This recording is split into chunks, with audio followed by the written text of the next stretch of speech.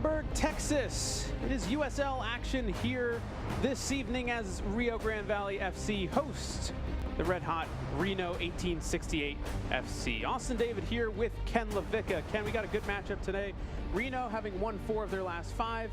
RGV struggling to find some form, but looking to get somewhere as they host tonight. Well, they're looking to potentially find a way to come back from the drubbing they took in Reno back on July 3rd, a 4-0 loss. RGV, so young and so inexperienced. They've had major roster shakeups during the course of the season. In one instance, Houston Dynamo, you see Salazar head there. Malik Foster, who really made things go on the flanks for them on the attack. He is in Costa Rica. And so this is really sort of a learning experience for this 11 on a night-to-night basis. Yeah, and RGV, that's the whole point of them. They are the feeder club essentially for Houston Dynamo. It's a very much of a struggle. All the injuries added on to that with all the player movement as well. And then we look at Reno, who are just one of the best teams in USL right now. Well, they are tied for the 3rd most points of any team in the table in the USL. They're 2nd in the West, and there's no hotter player right now in the USL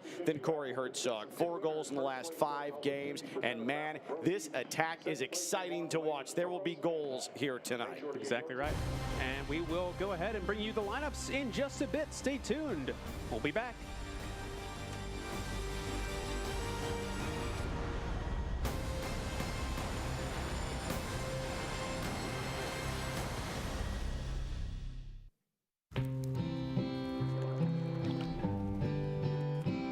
The more we are together with nature, the more we are together, the better we'll be.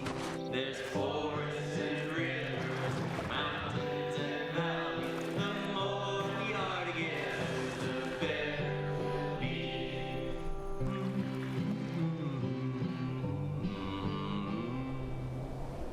For 35 years, Lone Star National Bank has grown along with our customers.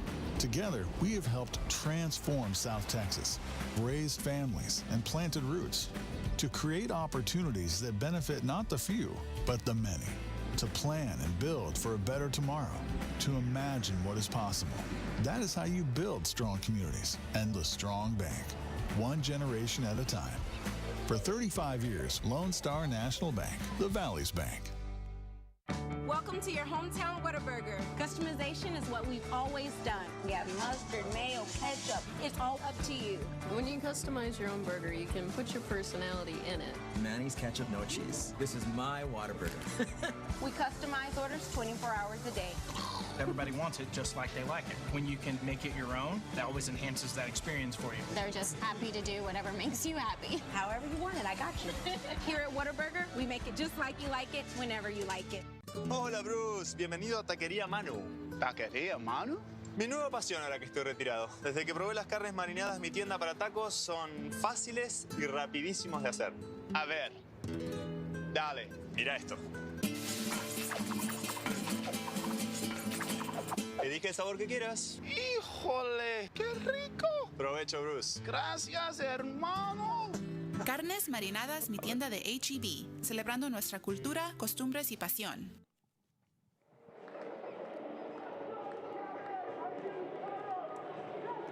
Back here as we are getting ready to go here with the 2 opponents. As you see our referee contingent there. Get you the lineups right now. First, we'll take a look at the hosts, RGV FC.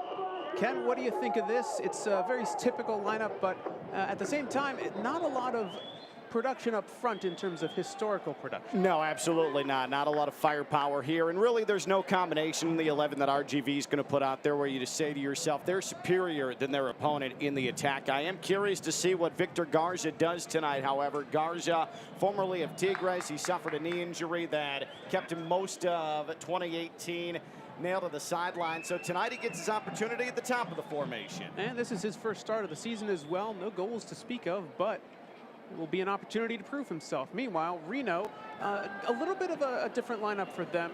Not their full starting 11. but you still have that front three of Herzog, Mafeka, and Apodaca. And in fact, the first meeting between these two teams, July 3rd, 2 goals from Gleedle, also a goal from Carroll. They both come off of the bench tonight for Reno 1868.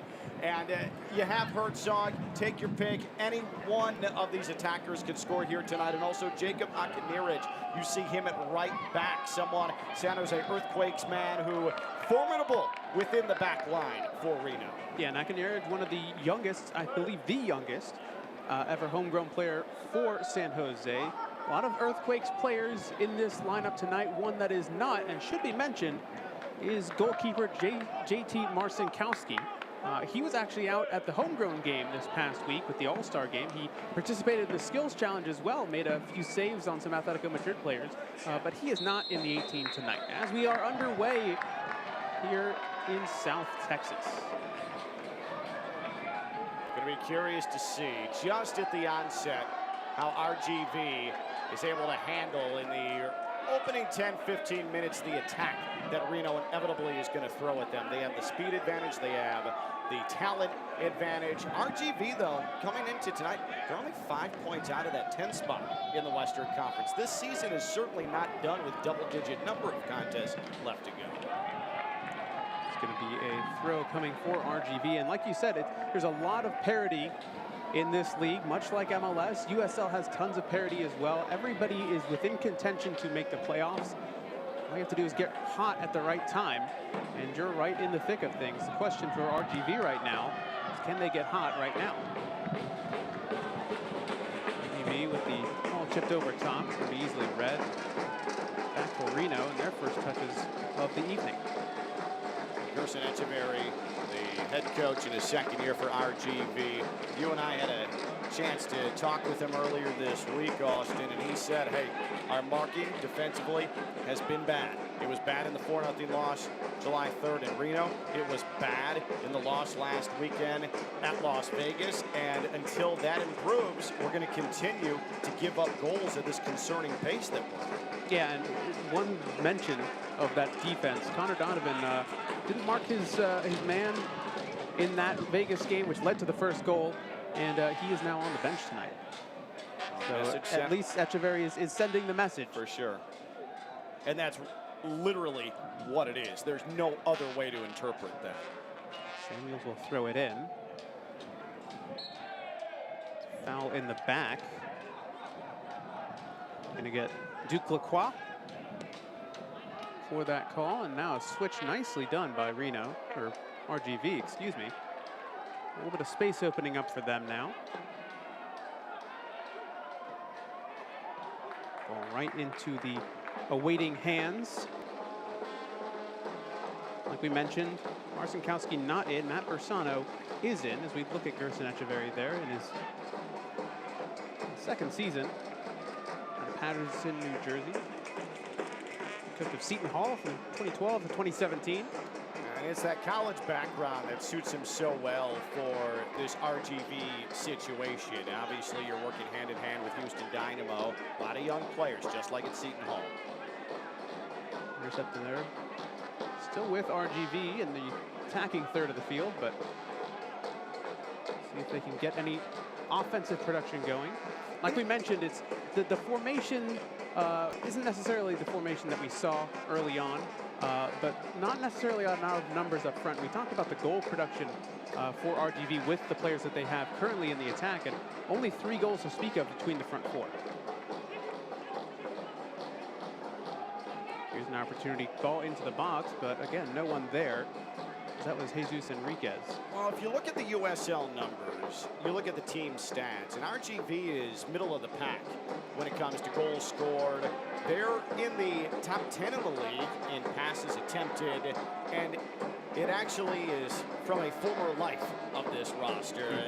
When Salazar was still with this club and Blake Foster was still here at RGV, things were a lot different. That was a pretty potent offense, and now you're really trying to see what you have. It's a late season evaluation right now. Times really changed about late June. All over top again. Bersano's going to let that run out of play. Saw a glance at Ian Russell meanwhile, and man, Reno is just, they are a benchmark for what teams in this league want to be. Unless something shocking happens, they are going to be in the playoffs every year of their existence. They have a chance to become the most successful 3-year franchise in USL history. They're 5 wins away from that, and they have 12 matches to do it. I mean, what a potent and well-run organization this Reno club is. And as Reno has the ball, switching it to the opposite side, you talk about their roster makeup. It's a lot of USL veterans mixed with young talent. Yeah, it's been well constructed. Tough turnover here. RGV will have some possession. Bringing it out wide to Enriquez. So try and take on LaCroix, and the one-touch pass. Good idea by Arcila, but easily read by Bersano. That's good. Back the other way we go. The shape coming off of the counter, it didn't materialize as quickly as they would have liked it, but they were still able to stay patient. And for Arcila, that is the right play. Enriquez sort of checked up a bit as he was making that run to the outside, and it was Lacroix who was able to impede his movement. But this is good so far from RGV. They very much look like they're in a good flow. And don't forget, in the loss at Las Vegas, RGV controlled possession 61% of the time. So possession generally has not been much of a concern for them, but it's getting it done in the attacking third. Right, that final product is the big issue right now for RGV, and you mentioned earlier the missing products that they have in that attacking half that they're without for right now, and they're trying to find answers. Good combination play here from Reno. It's Herzog now getting it out wide to Lacroix. Crosses in and right back out. Nothing doing there for Reno, but they will have the ball right back. You can just tell how confident Herzog is when he's on the ball. I mean, he is a bulldozer, full head of steam, and making quick decisions. It's been an interesting career path for Curry Herzog. He started out with the Red Bull organization, made his way to Orlando City back in 2014, had a rough run of play in his time in Orlando, but turned it on late. Adrian Heath was a big proponent of Corey Herzog back in the day. Didn't make the MLS roster with Orlando City as they moved up. Made it to Tampa Bay and has been roaming around USL ever since.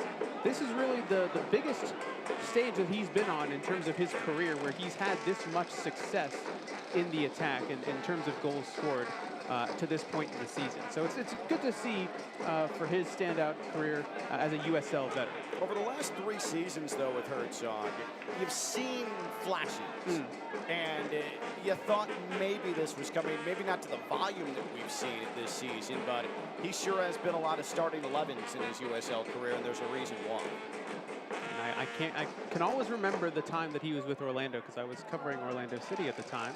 And Adrian Heath, everyone was asking, why are you still starting Corey? He's not scoring goals, he's missing open chances. He's like, you know, I used to be a striker once, I understand how it is, but he has the tools to become a great striker. Yep. And I believe in him. The more opportunities he gets, the more I believe he will take them. And it goes to show now, in his about 7th year now in the league, that one's going to go out for a corner here for Reno. That he's taking his opportunities and doing well with them. Well, he started to consistently see the ball hitting the back of the net, and if you follow soccer long enough, play it or just cover it, you know that sometimes just unlocks it.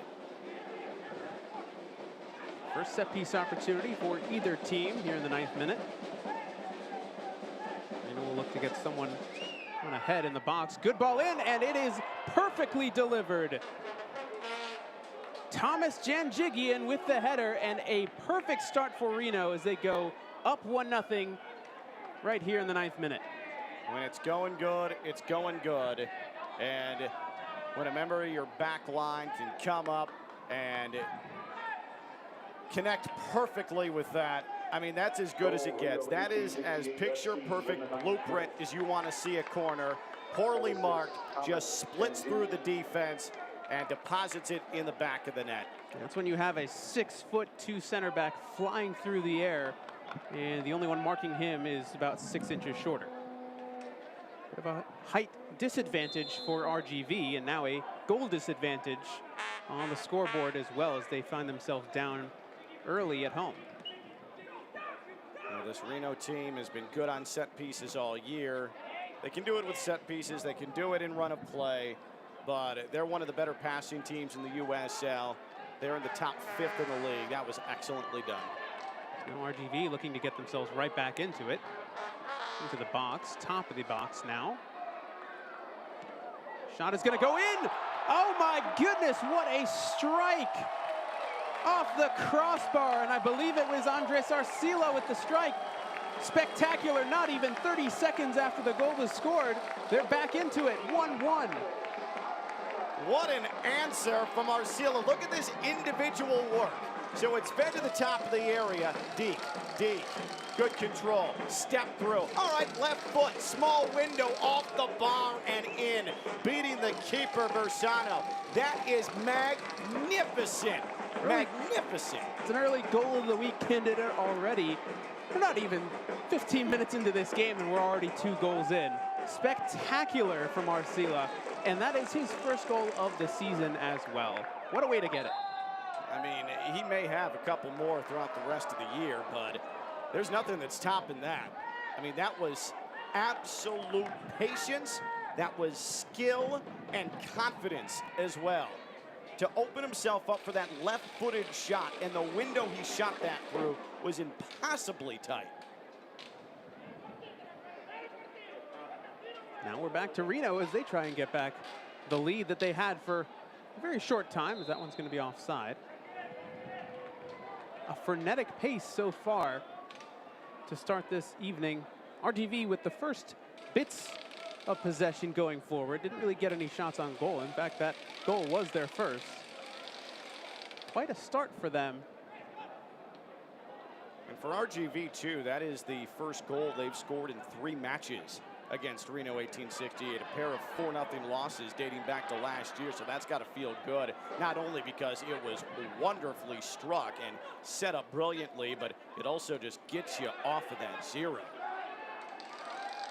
And for a young team like RGV, it's good that they got the lead, or they got the goal back, because younger teams tend to try and push a little harder for goals and then leave themselves open in the back. And it speaks to what Gerson Echeverry is trying to do with RGV and the progress that they have made. It may not show up on in the win columns or anything, but little things like that, the ability to go down and then fight right back into it. It speaks wonders for a young team that are trying to develop into future MLS players, or even further on into potential stars in the league or beyond. This is also now the 2nd straight week that against a club that appears destined for the postseason, they have fought back to equalize. In bits and pieces, it's a process, but those are all good signs. Big thing between those 2 teams, or 2 games, shall I say, with Vegas and this game against Reno, is RGV's at home and Reno is away. Reno 5-4-2 on the road, and they're looking to take advantage of that on RGV tonight. Yeah, no matter where Reno has played this season, they have won, they have scored, and they have played their style. You see Kasipli trying to chip over top. Red out.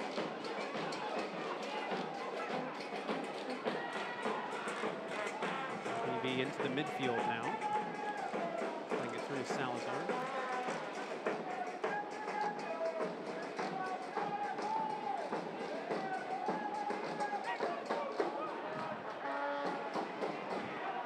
It's intercepted by Lacroix.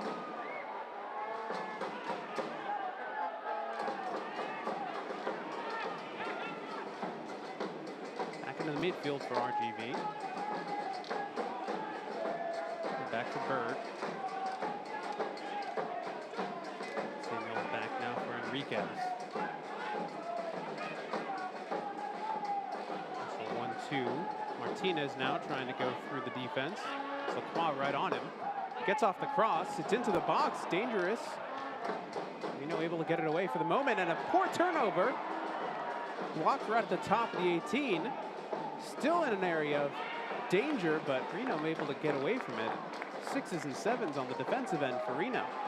Martinez, how hard was he working right in the area? He finally delivered what turned out to be a very dangerous cross. I still have yet, though, to see Victor Garcia making his first start of the season make a dangerous run or look like he's fully engaged in the attack. He just looks a little bit unsure right now where he should be. So keep your eye on 17 in orange. He's someone who has seen previous professional success and you'd like to see tonight. So I have a bit of an update here, and it's an interesting one. So originally we were told that Victor Garza was starting up top. It is in fact Michael Salazar. So Salazar is back with the club. He was loaned by the Dynamo back to RGVFC about 3 or 4 hours ago. So originally on the lineup, they actually had Garza in wearing number 17. But of course, that's Salazar's number. So a late change.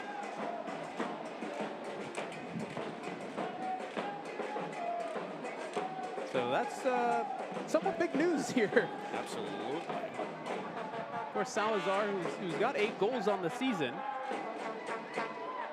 adds a bit more potency to this RGV offense. Completely throws out the narrative that we had earlier on, doesn't it?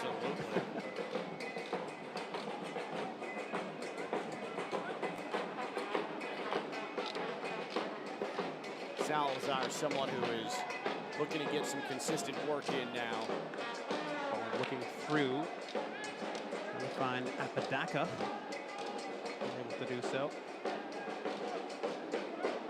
16 minutes in, it's looking like RGV has had better of the chances, better of the possession. Outside of that set-piece goal from Reno, they haven't had much of a sniff of goal.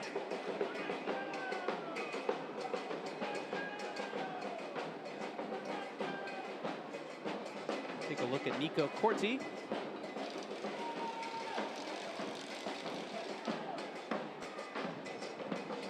Corti, a very rare player. He's a triple citizen. 3 different countries. It's not often you have dual citizens, but not triple citizens. Yeah, that is rare. Now played through. Apodaca trying to get it through, and it's going to be off target. Right back to Corti in goal. Apodaca, who was full head of steam there, decided to give it a go from about 34 yards, and it looked good off of his foot and was rising at the last moment, but that had Corti backpedaling. Apodaca, who has scored 3 times this year. Reno's not going to be flustered by having this equalized. That's a sign of a veteran team in Reno. All the players that they have up top in the attack have numerous USL or professional experiences. Just waiting for their moments to strike. And it's also something about playing on the road. You know, we mentioned their record, Reno's record on the road, not as good as their home record as it naturally is in this game. But this is where RGV has to take advantage. Great little combination from Reno, able to get out of the press. It's great pressure by RGV, but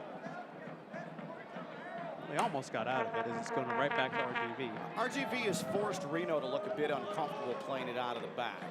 Reno is not a long ball and chase type of team. They do want to build it out of the back, and RGV has pressed them at least to a point where it's made them look a bit inconsistent. And again, here's another opportunity, switching out wide.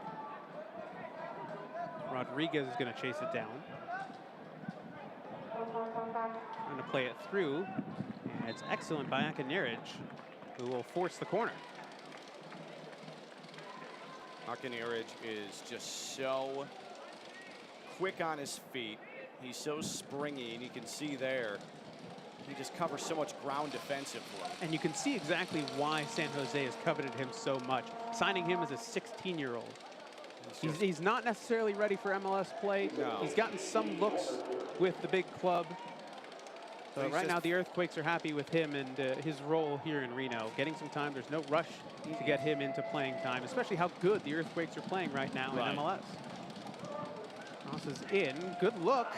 Just misses everyone. The chance again. Saved as Bersano knocks it away. Still in danger. RGV cross back into the box. Will be headed away. The strike for the try of a strike.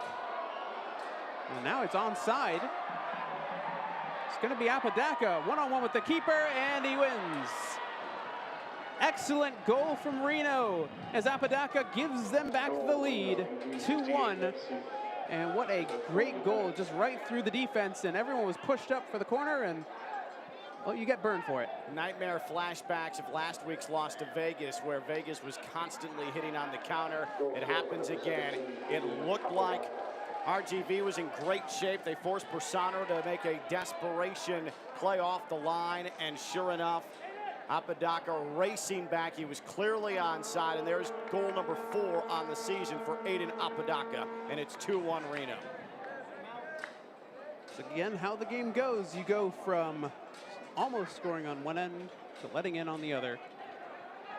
And it looks so promising for RGV. And you had Salazar keep that possession alive. And again, it's one of those things that Echeverry, the coach for RGV, is mentioned.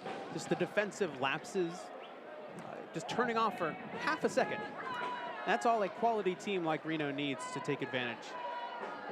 And there was no one that was going to catch Apodaca either. And again, with those set piece opportunities, you push your center backs up, you push your defenders up, and you have some of your speedy, more smaller players back. But even then, they were all watching essentially and just watching the ball go right past them. Yep. And now Reno plays with the lead again, and you see RGV has now dropped off the pressure, allowing Reno to play out of the back, and this plays right into their hands now. And as you said, they're not a long ball and chase kind of team. They're a build out of the back team. And if you give them the space and time, they'll make you pay for it. This is where they feel most comfortable. That was for Lacroix, but he was offside, says our assistant referee for the evening. It's just so frustrating for RGV because you're putting good pressure on goal. And as you've said a couple of times, everyone is pushed forward. You make Bersano work, an unexpected save that he had to make, as that certainly looked like he was heading towards goal. You retain possession, and then the bottom falls out. You've always got to make sure you account for everybody. That is rule number 1 for a defender who's playing up near midfield, and that time it didn't happen. And again, 3 goals in the first 20, 25 minutes or so now. A lot of offense. This was the score line that RGV lost last week in Vegas. Now at home, they're looking to change the narrative a bit and work things back to level. We're going to see Sam Junka. We haven't talked about him too much tonight. The 8th overall pick back in this 2019 MLS draft. Very surprising pick. I remember I was in the draft room at the time when his name was read out, and all the beat writers around me were like, "What? Who?" And it was. Some people say it's a credit to the Houston Dynamo organization for doing their own scouting and being able to pick out a player like Junka, who necessary MLS ready as you see him here with RGV, but getting minutes, and they see enough of him as a prospect that they're willing to draft him 8th overall. Well, he's got a ton of talent, and he has a high ceiling as well. And sometimes you take that chance because you believe they did all the legwork, Houston did, and so they're hoping that it can start paying dividends for RGV and eventually their club. And Junka was actually one of the last players invited to the MLS Combine, which was out in Orlando this past January. Proof that the Combine absolutely matters, because that's where that evaluation is being done.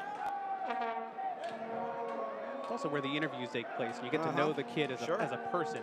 And sometimes for teams, that's very imperative to know that they're getting a good person, not just a good player. That's a great point, and we hear a lot about it in American tackle football, but culture. And if you sit down and talk with someone who fits exactly the direction that you want your club to go, why not? And Junko absolutely did that. You've seen flashes of him for RGV this season, and even in this game, he's had some good moments. He's looking to try and prove himself for the big team. But right now, with DeMarcus Beasley sitting in that left back spot, you got to wait for him to retire before you really even get a sniff. It could be another 2 decades at this rate. It's amazing with DeMarcus Beasley. And speaking of the Houston Dynamo, they're playing right now against the Chicago Fire in Houston. Beasley's club. Exactly right. And back to this game very quickly as Lacroix gets the foul. And for RGV. Yeah, with Beasley, he's been around for so long. I mean, what, 4 World Cups? Yes. Would have been 5 if they had made it this past year? Yes, he absolutely would have been on that squad. And his final 2 World Cups were a brand new position. At least not a comfortable position for him. Eventually it wasn't a brand new position for him, but it certainly wasn't his natural position.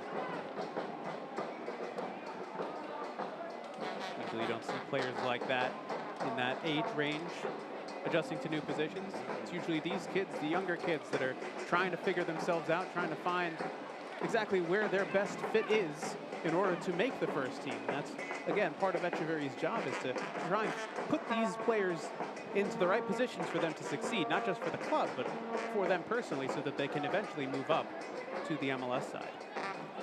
So it's 2-1 here in the 26th minute. And what's wild is that we are at a combined 3 touches from Corey Herzog on the Reno side and Michael Salazar on the RGV side. They have not really been factors in the attack for either club. And it looks like Herzog is playing more of a wider role tonight, not necessarily a central role, which he's more prone to do.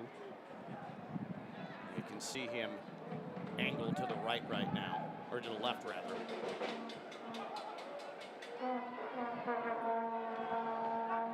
Junka goes down. I believe that was Junka.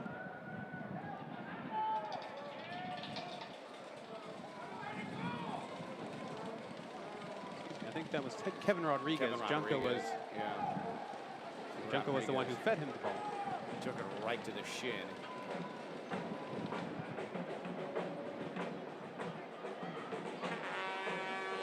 See Reno putting on the pressure.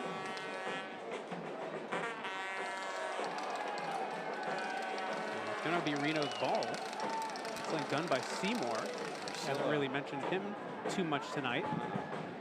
Marcillo's clutching at his left shoulder. He's done a little bit awkwardly after 2 hands in the back.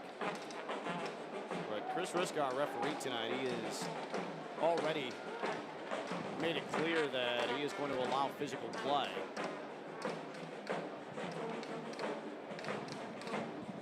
Bring the trainer out. Good to see when you take those awkward tumbles. Hopefully this is just precautionary to check him out, make sure he's okay. I know it's a 2-1 score line for Reno, but RGV should not feel badly about the way they've played, in my opinion, in the first 28 minutes of this one. I think that they have hung in there. I think that they have looked the part. They have looked dangerous at times as well, but it's the faulty behavior in the back that continues along that defensive back 4. And so, again, we're seeing what's really plagued them for the last month and a half or so. It continues to come up.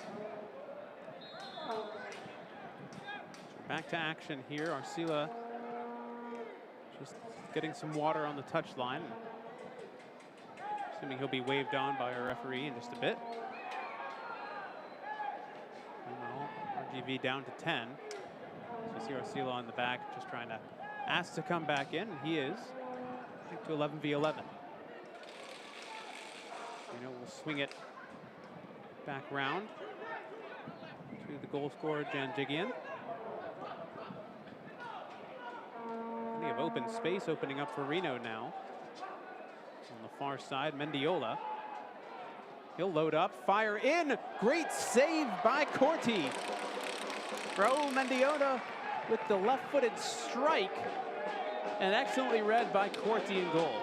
Well, Corti was a little bit in between thoughts here because he sees Herzog lurking on the back post and then realizes, wait, this is on goal. I need to make a save. And it was good recognition by him that he was going to have to go up and react and not worry about Herzog any longer. And it was a tough spot with Herzog right in front of him, as that one's played in and almost an own goal. So it'll be another corner kick. Salazar almost knocked that one into his own net. Salazar almost a beautiful back heel, but it would have been the third for Reno. Corti trying to sort out traffic in front of his goal. Another ball into the box. Player down, and it will be a foul on Reno. Possibly more. It was Martinez that was knocked down in the box, and Akinierich is going to go into the books. You rarely see a card given by given to the attacking team on a corner in the box. I can't remember the last time I've seen that. Let's see what happened here. Akinierich, ooh. And that would be why that would the be yellow why. was given. Whipping around with that right fist, and elbow right there, and credit to our referee. Eagle eyes on the play. That was well done. Now it's back up for RGV. Salazar doing well to hold up, and now he's holding up with a bit of a knock as John Jigian was trying to win the ball back and instead knocked into the leg of Salazar. So Salazar stretching out a little bit. It'll take some time. Doesn't look like he's limping too badly on that. Just a bit of a stinger. Meanwhile, RGV will have a set piece opportunity of their own now.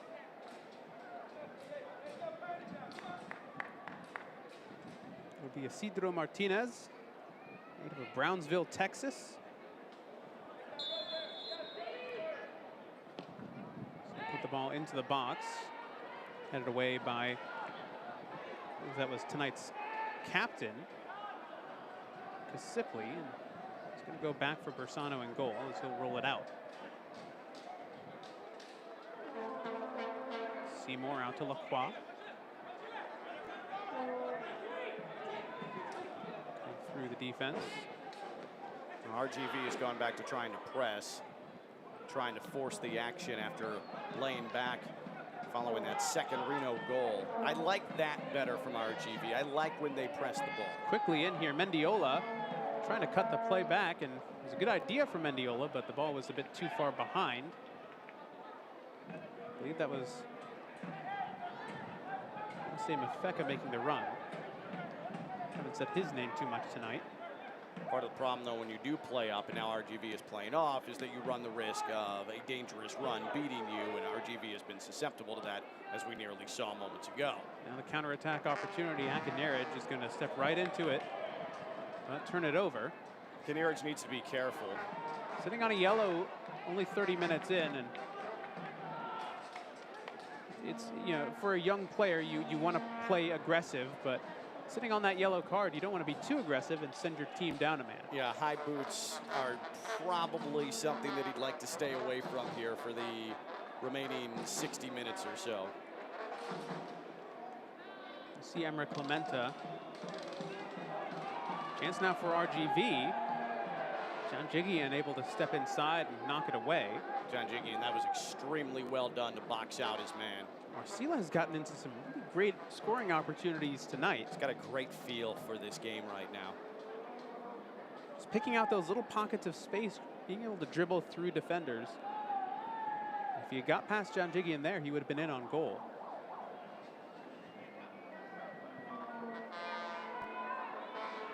Rodriguez on the far side, pairing up. Salazar has just looked a step slow tonight. I know he's coming off of something that was tweaked a little bit ago. He just has not looked like he's fully comfortable. Could also be because that, you know, since he's been with the first team, maybe not getting the minutes, not starting the full 90. You know, when you get called up after playing 90 minutes after 90 minutes, and then you go into not playing, it really just throws off your rhythm. I think that that's a very, very astute and accurate observation. It takes you a little bit to get back into the swing of things. I've seen enough teams and feeder clubs specifically that have had these kind of problems where they loan out kids, bring them back, and then they're not quite match fit because they haven't played full 90 minutes. They've been coming off the bench for the bigger clubs, and then it affects their play in the lower division, so then they don't get called back up again. Then they start getting their momentum back, and then it's a vicious cycle. And it's a struggle with some of these feeder clubs, quote unquote, that have this much movement. John Jigian's going to play it out wide. A bit of pressure coming from RGV. RGV has successfully slowed Reno down. And now they're about to win possession back. What they have to be careful with, though, is that they don't get lulled to sleep, which nearly happened with an outstanding pass from the back. Mafeka now intercepts. Here's Herzog with the touch. Mafeka back to it, and his touch will go out. Great little build-up from Reno, as you saw a glimpse of that excellent attack. But again, this last touch not able to get there. Well, that's case in point what I was talking about, is that it is really easy to sit and sit and sit, and suddenly Reno 2-3 touch passes and the ball's in the back of the net. It's happened to so many other teams this year. Completely lull you to sleep, but uncharacteristically of Reno, they've had a lot of those turnovers, as we just saw. Yeah, they've been a bit sloppy. You mentioned not necessarily the first choice lineup.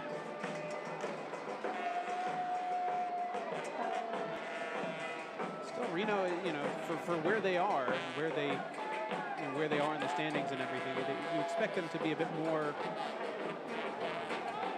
succinct with their passes, I guess you could say. Well, they're one of the highest percentage passers as a team in the USL. They have the second most passes attempted in the USL. I mean, they really, that's their essence in the attack, is moving the ball around. But even again, yeah. Almost a turnover from John Jigian. But RGV's done well to put enough pressure on to make it ragged. I hate to continue bringing this up, but the record for Reno on the road, as good as their home record, and despite having the lead, they've almost been on the back foot since they've gone 2-1 up. This ball's played down the line. Rodriguez will cross it in. Headed away by Lacroix. One-touch football here from Reno. Mafeka off to Herzog. And back for Kasipli as he tries to chip it over top for Apodaca. They're so creative, though, in their buildup. You can see why they're such an elite passing team in the USL. They know where everybody is at any given moment. They were one pass away from being out on the counter again.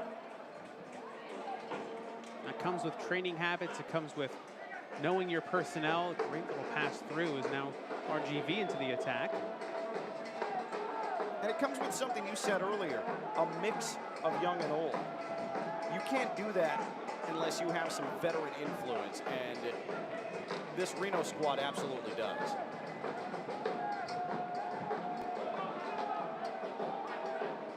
We're trying to run it through. John Jigian will just boot it down the field. And again, that little one-touch Apodaca to Herzog, and now they're on the run. It's 5-on-2. Mendiola has his pocket picked. Completely unaware that the defender was behind him. RGV will have it in the center of the park. Martinez now back for Castellanos. Castellanos in for Connor Donovan, who started the last game. We mentioned him earlier in the broadcast. It's been a bit of a up and down career for Connor Donovan. Started 11 games this season. Was drafted back in 2015 by Orlando City. Came out after his freshman year of NC State. Tore his ACL his first game, and it hasn't been the same ever since. He's played some games with Orlando City B back in 2017, or 2016, I should say. And has been here, there, and everywhere ever since. He had a call-up to the Houston Dynamo last year, played some games in the U.S. Open Cup for them, went back and forth between Reno, or RGV, and Houston, and is now signed with RGV just overall. Ball is into the box.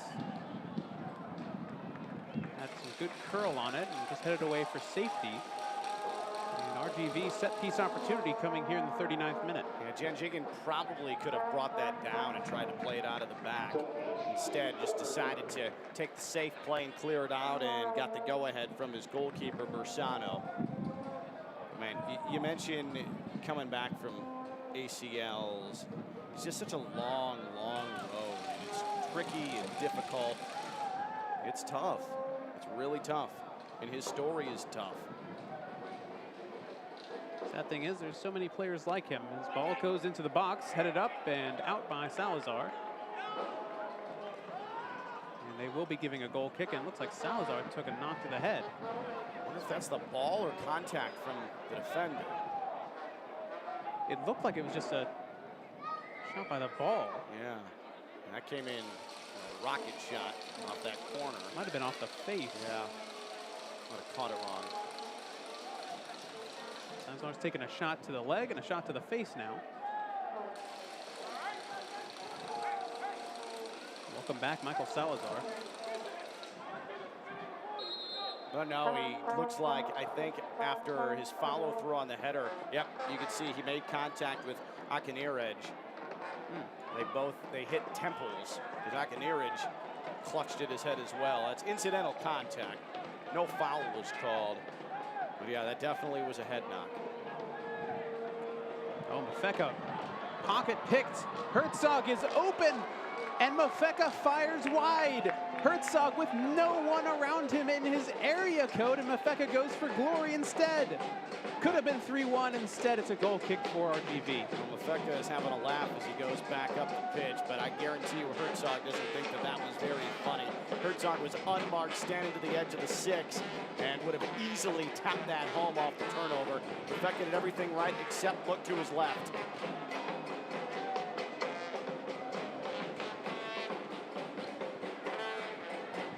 Back with Reno again. Driving through. Be touched by Mendiola, and that will go out of play. Again, you can see that build-up between Mafeka and Herzog and Mendiola. Just these guys have such good chemistry together that they're able to play off one another. And you can see it's only a matter of time before another one comes through and the touch is correct and they're right in on goal again. But I mean, for RGV's sake, they've really got to just stay at home, try and shut that down. Just try and get some possession and get some shots on goal. It's really been, RGV has had some good opportunities, but not many shots on goal in this game thus far. It truly is beautiful to watch how quickly Reno can turn nothing into a legitimate, dangerous attack. I mean, it sometimes just comes out of nowhere, but again, it's because they are constantly surveying and trying to see and look ahead to what's in front of them. Mafeka again, puts it off to Mendiola, now Akiniraj on the run. Such good spacing too, always from Reno. Back for Seymour. Once again, RGV is playing far back. Reno will take advantage. Here comes Kasipli. Kicked over top, no one made the run. And you see Mendiola saying, play it to my feet, not into the air. Mendiola not the tallest of players on the field. In fact, he might be the shortest. It's a Los Dos player back with the Galaxy organization. Signed back when he was 16, 17 years old. Showed some talent, showed some promise, and just never was able to break through. This is that year. In fact, it is. He's one of the best assist men in the league thus far. Last I checked, he was either tied for second or in second all his own. Yep, 7 assists coming into tonight. And there's a trip. Sipley commits the foul.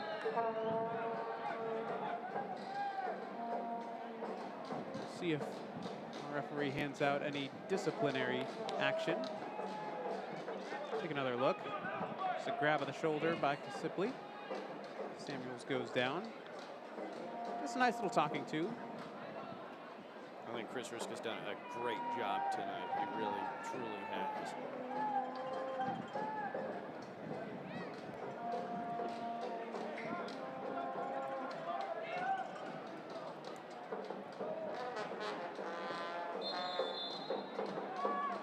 So in comes the free kick flicked on by Apodaca, and will be back for RGV at the midfield line.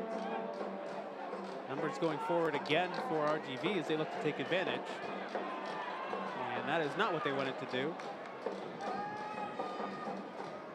You can see a good idea. Rodriguez trying to lay it off.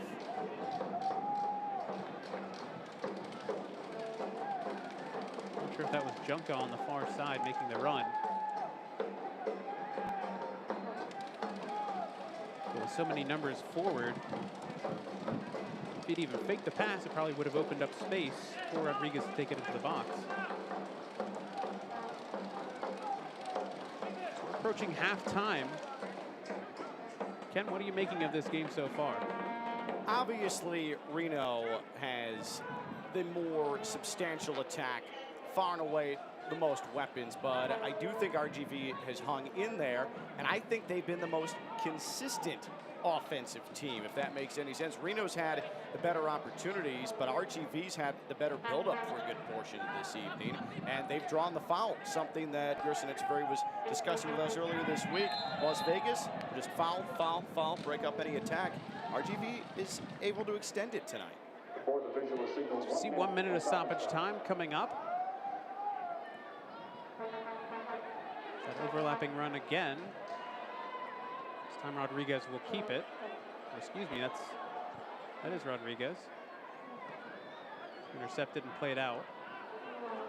Back to the back line for Adams. Castellanos will have it. Good pressure coming from Reno now just to keep them away until the halftime whistle. Don't let in any opportunities. Reno maybe able to create one for themselves. Turnover as Martinez will have it. Salazar out wide now for Enriquez, who will run it down. 2 seconds left. Enriquez, nice cutback cross into the box, and a diving header away. Still into the attack. The referee will blow his halftime whistle. And that will do it for the first half between Rio Grande Valley and Reno. A frenetic first 15 minutes. And everything else has been a lot of build-up, but no end product as we sit 2-1 in favor of the away side, Reno 1868. RGV has had ideas. Reno's had the better quality when it's mattered, but Rio Grande Valley very much in this one. Frenetic, I'm sure, very happy to head to the locker room, talk tactics with his team, and try and figure out a way to get back into this one. As it was John Jigian who opened it up, and Arcila with a beautiful strike off the crossbar. And then just a few minutes later, Apodaca right into it. 2-1 the halftime score. We'll be back in just a bit. Stay tuned.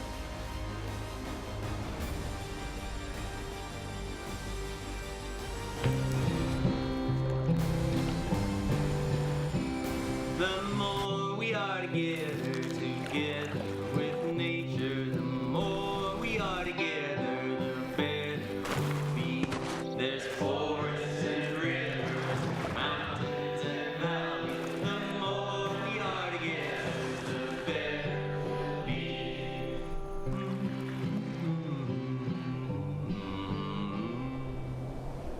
For 35 years, Lone Star National Bank has grown along with our customers. Together, we have helped transform South Texas, raised families, and planted roots to create opportunities that benefit not the few, but the many. To plan and build for a better tomorrow, to imagine what is possible. That is how you build strong communities and the strong bank, one generation at a time. For 35 years, Lone Star National Bank, the Valley's Bank. The answer, my friend, is blowing in the wind. The answer is blowing in the wind.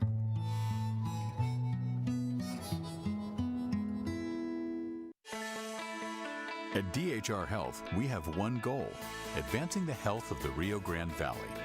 We're deeply committed to our community and its health. DHR Health, here for you for life. Shop online at birdogden.com. Pick out your vehicle and click Buy Now. Work your own deal and submit your trade. It's that easy. Shop now at birdogden.com. Dali Gas.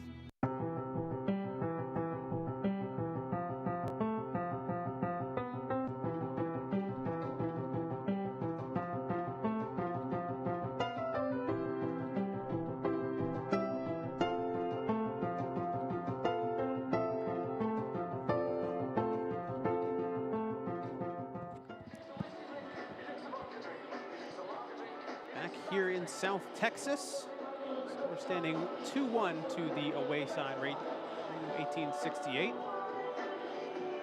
Go ahead and take a look at some of the other action that we have around the league tonight. Get another soccer weekend full of other action. We have St. Louis against Memphis 901 FC. It's coming up on Tuesday. Wednesday, Nashville and Hartford Athletic. Colorado Springs Switchbacks and Portland Timbers 2 at 8 on Wednesday, and Sacramento Republic against the Lights of Las Vegas on Wednesday. All games, of course, on ESPN+. Good matchups in the Western Conference there. And we are coming down the home stretch into the final 11, 12 weeks of the season. Take a look at the RGV schedule now. The Colorado Springs game should be interesting. Colorado not having the greatest of seasons themselves. It may be a winnable game for the Toros. San Antonio, El Paso, Austin, and Tulsa all coming up in their next 5. Take a look at Reno's schedule. They're also playing San Antonio, at Phoenix, home against Portland, Fresno, and Tacoma. So 4 out of 5 next games all at home for Reno. Very favorable for one of the best teams in USL. And of course, 2 weeks from now, that matchup at Phoenix, that'll be the game of the week in the USL. Absolutely, 1v2. So we're gonna go ahead and take another break. Come back, we'll talk some more about this game and others. Stay tuned. Now get some time, Sam Warner, the beauty. From distance, on the way and in! Goal, Las Vegas Lights! And Taylor with a beautiful strike. Are you kidding? Ned will go for goal. Oh my goodness.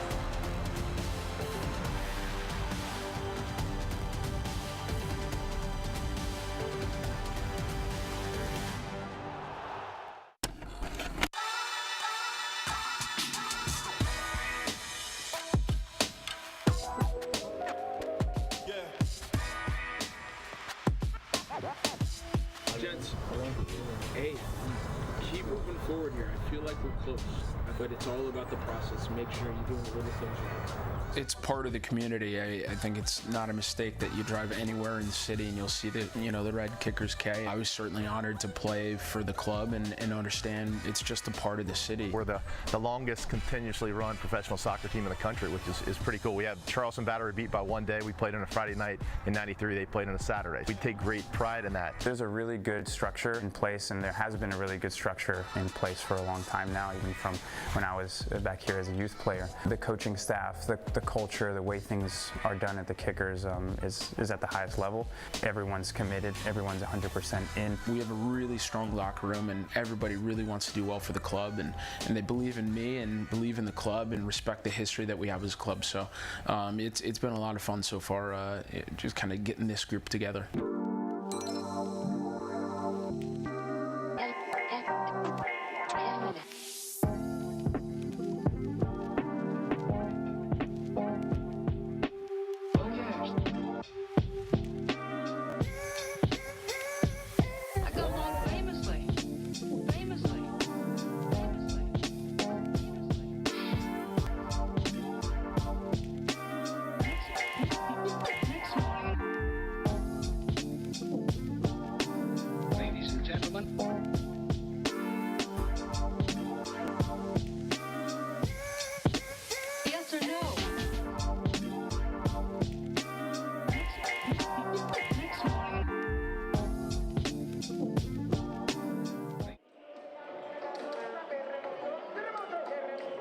Halftime here in South Texas. RGV and Reno sitting at a 2-1 scoreline in favor of the away side. Austin David here with Ken LaVicka. saw that Richmond Kickers roll a minute ago. Very fun little thing there. You see some news and notes around the league. You see Phoenix rising. We just mentioned them a second ago. They've become the first team in USL Championship history to win 11 straight games with 1-0 victory over the Roughnecks this past weekend. We've got the U20 Nationals. Justin Renix heading to North Carolina FC and Isaac Enking to the Charlotte Independence. Some good opportunities from those young kids. Saw Renix play with New England in the US Open Cup against Orlando City. Very good talent. North Carolina getting some good offensive additions. As you see now, the Red Bulls have signed Reese Buckmaster to an MLS contract, who played 17 games with the Red Bulls 2. Another one of those Red Bulls 2 players who has made the jump to MLS. A lot of these RGV kids hoping something similar will go their way as well. Buckmaster has a great opportunity now with the MLS club. And how about Phoenix rising? I mean, they are just absolutely unstoppable. Nobody has been able to figure them out yet. You look at Reno, they're only 3 points back of them, top of the table in the West. As we take a look at our scoreboard tonight, Swope Park playing Nashville. Nashville leading 2-0. Sac Republic 3-0 over San Antonio. Oklahoma City and Tulsa. The Energy up 1-0. New Mexico and Austin still to play. Galaxy and Phoenix still to play. And Fresno and Las Vegas also coming up a little bit later. Well, if LA Galaxy 2 can come up with an upset, certainly this could be a very prosperous night for Reno 1868. And as we see here, pray for El Paso Locomotive. Tragic events in El Paso this evening. The Locomotive has postponed their game that was supposed to go on tonight. Thoughts to that community. Tragic events, and it's hard to sit here and say thoughts, but that's all we can do at this point. Absolutely, certainly heartfelt condolences, not only from us, but the entire USL family. Absolutely. So we're going to go ahead and take one more break, come back with the second half between Rio Grande Valley and Reno. Stick around, stay tuned.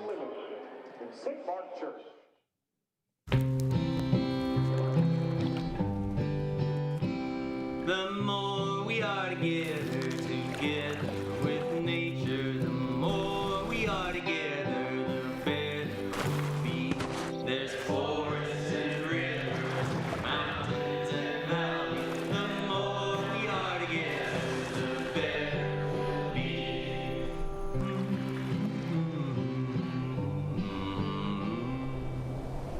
For 35 years, Lone Star National Bank has grown along with our customers.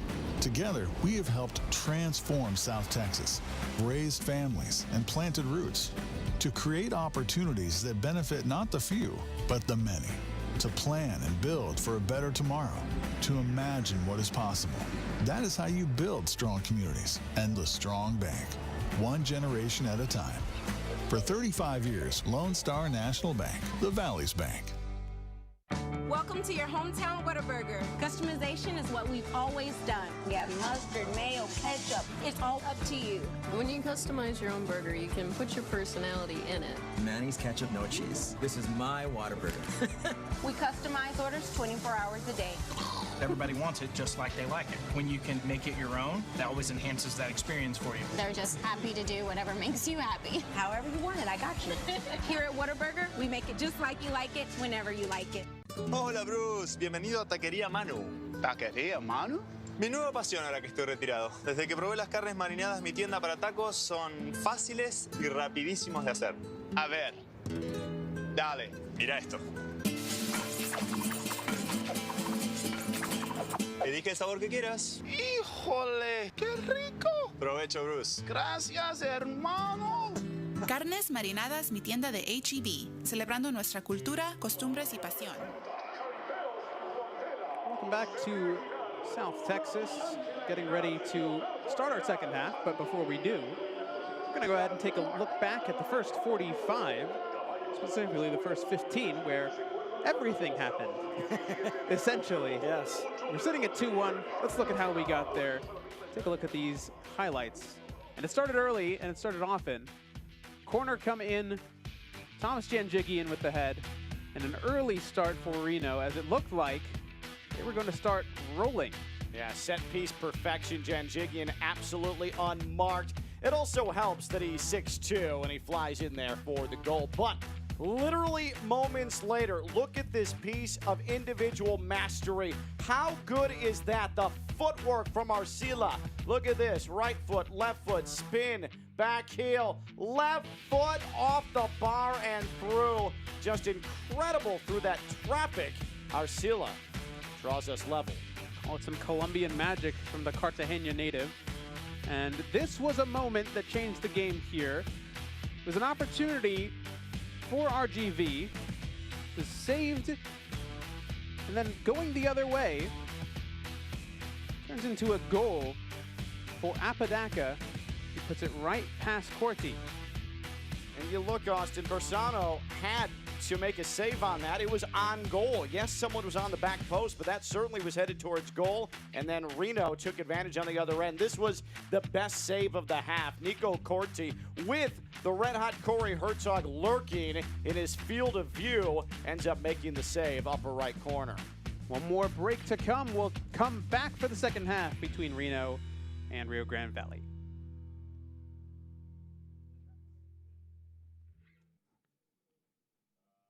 You take a glance here, and you look at the possession. Reno 1868, no surprise here. They're up 55-45 in that area. Both teams with 5 shots, Reno 3 on target. This has been a very entertaining game from an offensive standpoint. It's also been a fairly clean matchup, but RGV is hanging right there with Reno. I really do like the confidence they've played with, but Reno hit them on the counter, and that's our difference right now. Yeah, and with Reno, the opportunities have come on the counterattack. A lot of quick passes, a lot of movement. Meanwhile, RGV, a lot of patient buildup, and that's where their one goal came from. I'm sure Gerson Echeverry has had a few chats in the locker room about what they need to change, how much they need to press, because the press seemed to work wonders for the Toros as they created a lot of turnovers. And Reno not necessarily one to turn over the ball all that much. Yeah, I think if RGV is going to draw level or pick up 3 points in this one, it's going to be while pressing at midfield. That's where they've made Reno uncomfortable. Reno, though, has been very dangerous once they get into the attacking third, and that's where you see RGV get exposed defensively. Now with Reno, and I believe we'll have a substitution, so I'll get that to you in just a moment.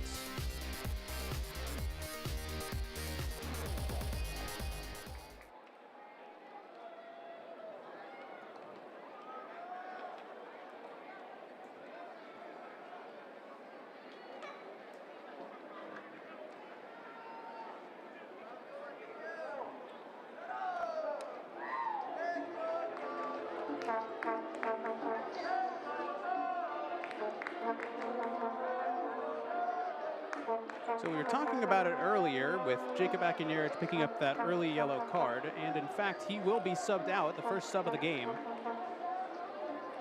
So now Brent Richards steps into that right back spot, as you can see him on your screen now. There's no use in risking going down to 10 men. We saw shortly after Akinierich picked up the yellow, he had a high boot that it was perilously close to making contact and potentially being a problem. So this is the right move. Make sure you have a clean slate here. Brent Richards comes in, someone who certainly is dependable in the back. Turnover now as RGV will have it, top of the 18. Tries to play it through, no one there.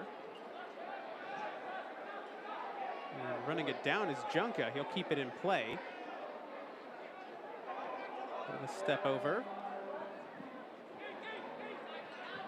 Turning now is Rodriguez. He gets in, takes some contact. The shot is going to be skied well over the bar. And some early aggression, though, here from RGV. Never could quite make that look dangerous at all. Put some pressure in the back. Once again, shaky with Reno back there, and RGV attempting to take advantage.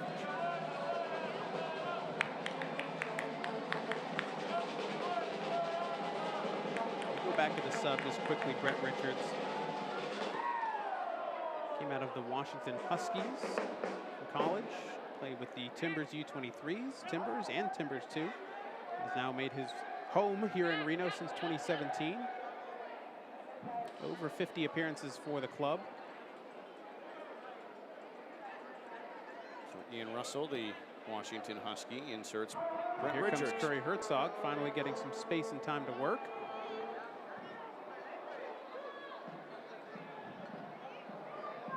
The ball is into the box, just tapped away for the moment and finally cleared downfield.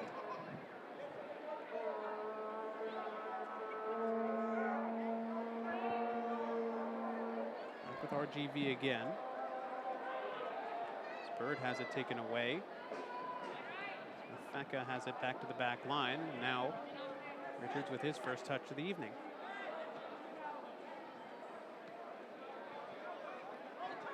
Back for Richards again, trying to play it through. Apodaca has it knocked away by Adams, and it will be a throw coming for Reno. Adams has been pretty busy here in the opening moments of the second half. He is the man who was beaten on the first goal of the night from Janjigian, but since then he has been pretty rock solid back there for RGV.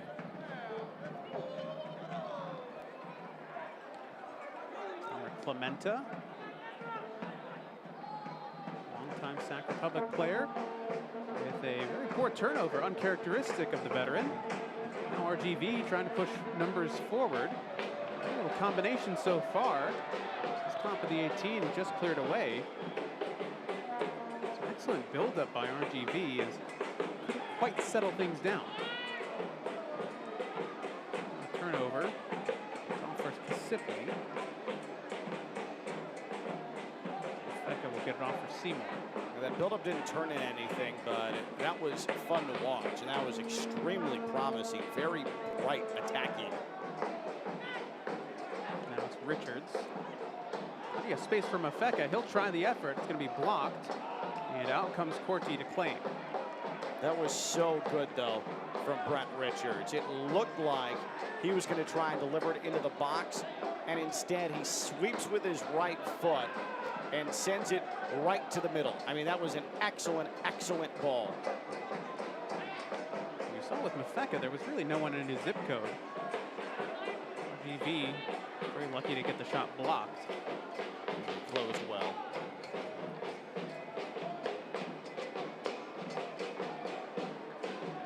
Grand Valley with the cross into the box from the opposite side. It was Enriquez. Off now. Rodriguez able to keep it in, puts it back into a dangerous area, and unfortunately a bit too tall for Salazar. Yeah, poor crosses, back-to-back instances for RGV, and there you see the difference between RGV and Reno. And again, we obviously know that not as many veterans even close to it on RGV than there is on Reno, but crosses and the ability to deliver them is what has really made this a special season for Reno, and RGV just lacks that. One thing RGV also lacks is numbers in the box and tall players in the box. Correct. Essentially. Correct. Apodaca now playing it back. Mendiola. Herzog has drifted well wide. Great little play through and almost for Herzog. Stepping into it now is RGV as they will come away with it. Pressure coming from Reno to try and get the ball back. That was an excellent read, I believe, by Castellanos to step in to knock that ball away from Herzog. Great little run and great recognition by Mendiola. That's why he's one of the best assist men in USL right now, is finding those little pockets of space and understanding those runs that his forwards are making. Herzog absolutely puts everything into his runs, and he was full bore there, but you're exactly right. Castellanos read that expertly, a very confident breakup of that ball through. It's another turnover by Reno, just a very simple pass immediately right to RGV. And it's been a number of those kind of balls tonight for Reno. It's very uncharacteristic. This will run through by Bird. Get the low cross in. And popped up and knocked away by Richards. That ended up being very necessary from Richards because Kevin Rodriguez would have been standing all by himself. Here's a nice run again from Reno. Apodaca with a chance. Not sure if that was a cross or a shot. Herzog was making that back post run, I think Apodaca was going for the shot, trying to go for that back post, cutting across. Yeah, Austin, I'm with you. This was a shot. His head never came up to try and seek out Herzog. He didn't have enough time. Though I'm sure if it had enough, or had less pace, and Herzog knocked it in, he'd probably say it was totally for him. Totally meant to do that. Of course. We've all been there. Bersano wants it clear out of play. Or excuse me, Corti does.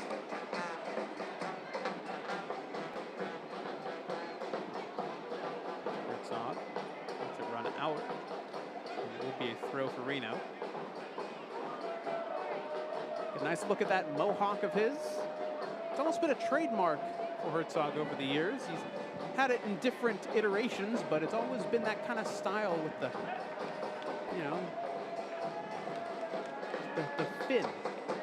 You wear that hairstyle confidently when you can't stop scoring, and so Corey Herzog has earned his way into that faux hawk now. I will tell you what, his hair matches his personality. He is a bit of a rock star type, that is for sure. That is for sure. He is one heck of a player. And it's good to see him finally realize, I think, his full potential as a player. It's what coaches and executives have been telling us for years, and now it's here. And think about it, too. I mean, he steps in the main role.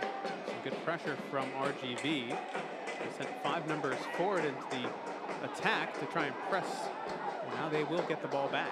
They lose their most dangerous weapon in Brian Brown, who ends up heading to Albania. And Corey Herzog just slides right in as if nothing ever happened. They're 3-1 without Brown. The combination between Brown and Herzog was dynamic. And for the short time that Brown was with the team this season, he was called up for Jamaica's Gold Cup run. He had 8 goals. Yeah, he did a lot of damage in a short amount of time.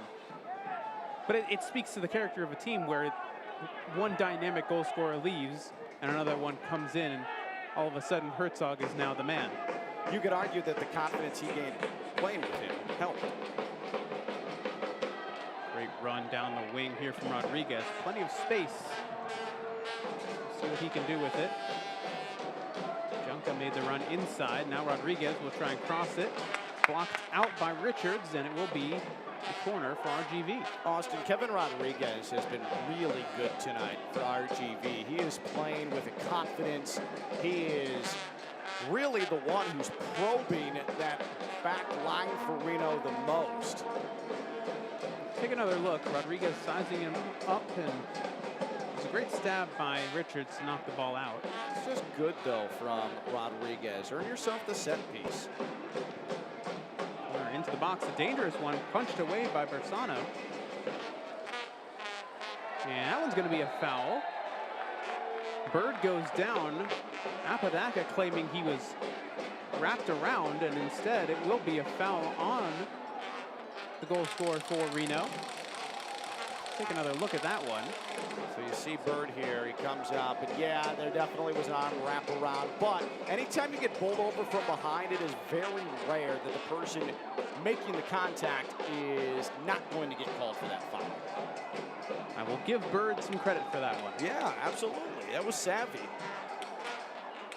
So Martinez has a chat with Arcila.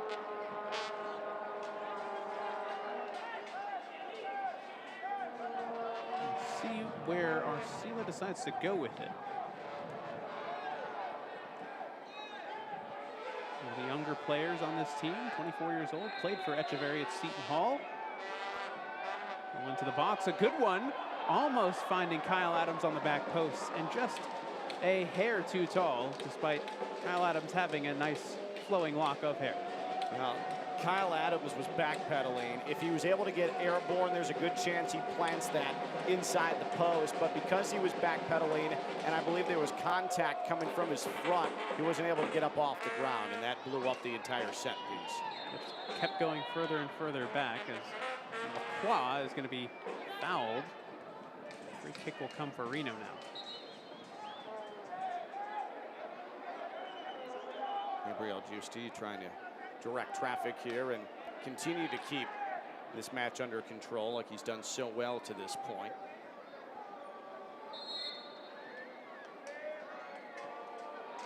We mentioned Lacroix in a few instances tonight. He's gotten some opportunities going forward, some sparkling runs down the line.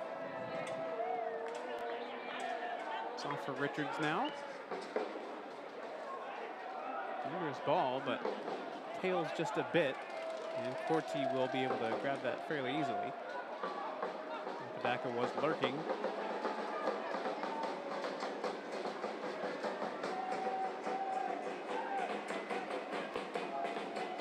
His goal kick right back to Reno for the moment. RGV will have it. Bird. Bring it back for Samuels. We have not mentioned Michael Salazar's name at all through 13 minutes of the second half. He's going to have to show at some point. And there he is. Salazar with one of his first touches in this second half. Loses a bit of possession there, but maintains. And cycle it back into midfield. Now Martinez, great cutting ball through. Here's an opportunity for Bird. Bird, and it's saved. Bersano. What a build-up for RGV, a back heel flick. You're going to see Enriquez here with mastery with that back heel, and that should have been a goal. It was back heel perfectly. There's the shot. It was from a good angle. Bersano made the save. Meanwhile, it was a chance for RGV. You see Salazar, seeing he was pushed in the back, an opportunity for Michael Salazar, just went a bit too wide. And Eric Bird, he had a lot of goal to work with and shot it right at Bersano. Bird not necessarily known as a quote-unquote goal scorer. In fact, in his games that he has played this season, he has not scored one. More of a defensive midfielder, kind of number 6 type player, but found himself in the right place at the right time, made a great cutting run through and pulled the defenders just enough wide. That was a great idea again by RGV. RGV is getting creative here offensively. I'm really enjoying watching this from them. That's exactly what you want to see, is them trying different things. Because again, Reno, we've said it ad nauseum to this point, but they are a good team. And for a young team to be able to play Reno to the way they are speaks volumes. Here's another one for Bird. Just took a second too long getting that ball away. As you saw, it was Enriquez making the run on the far side. He would have been open with some space into the box. And Bird just took an extra touch that he didn't need to. Well, you're seeing Bird's inexperience in the attacking third. He tried to poke that through, and I think if he takes one step to his right, one more touch, he can play it through. Now another opportunity, Apodaca with the shot, and it almost goes underneath Corti, but he manages to just jump on it as it goes under his arm. His arm got enough of a piece of it to keep it out. Yeah, I thought Corti was beaten. That shot had a lot on it, and it got behind him initially, but he wildly swiped at it and made contact with it and kept it out of the net for what would have likely been the final nail in the coffin here tonight. But it was well done by Corti to stay with it.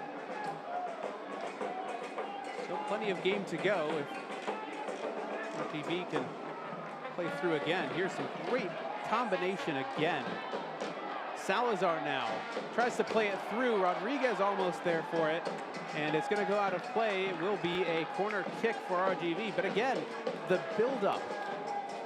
Excellent build-up. Here's another look at that shot from Apodaca that almost beat Corti, but Corti able to jump on it. He catch it a bit with his right foot as well. But the horizontal and diagonal runs from RGV, I mean, they're coming from all directions right there. There's so many options in the channels.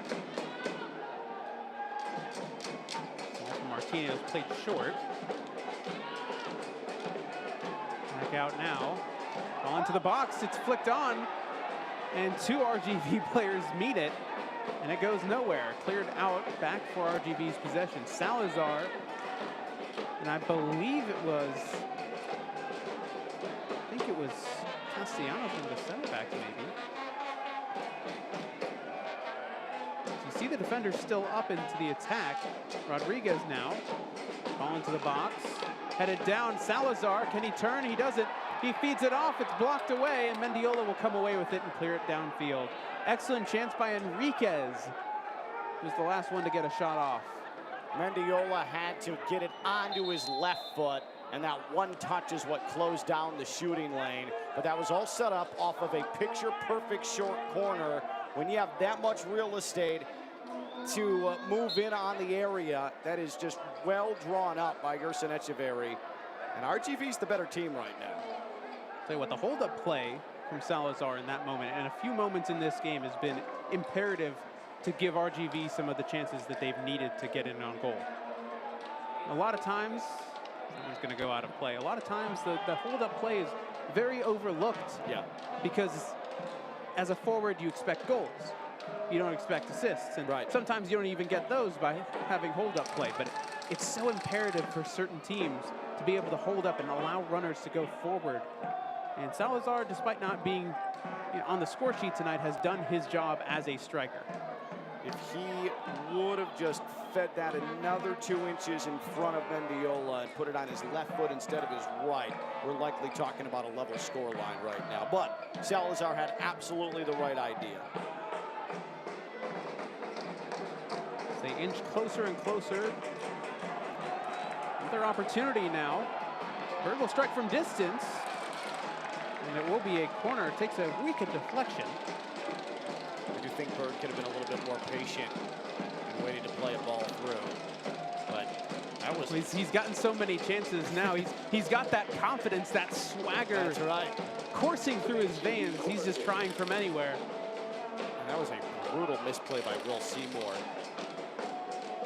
of Reno to set this corner up now. Will be Isidro Martinez once again on the corner. Oh, whipped in, punched away. Running it down is Rodriguez. Try and take it out wide and instead play it back, set things back up again. I love the fact that the defenders are playing forward now. There's a sense of urgency with RGV. You got to defend your home turf. There's another great ball in. Salazar off the post. Best chance of the night for RGV to level the game. And it clangs off the woodwork. They are so deserving of being level. That was an excellent ball played to the top of the six. Salazar got enough on it, just off the mark. But Isidro Martinez, what a ball. Once again, Martinez on his preferred right foot. You would think when Reno sees Martinez on the right side, or on the left side, which is primarily where he's been, they close down his right foot, but instead, they've almost asked him to try and cross it in. Yep. And that time, almost paid dividends. And also, Salazar has woken up officially. He has been a monster for the last 10 minutes. Dangerous ball by Reno. Pays off, at least for the moment. Seymour for Mendiola. Quick little passes, Kasipli out wide.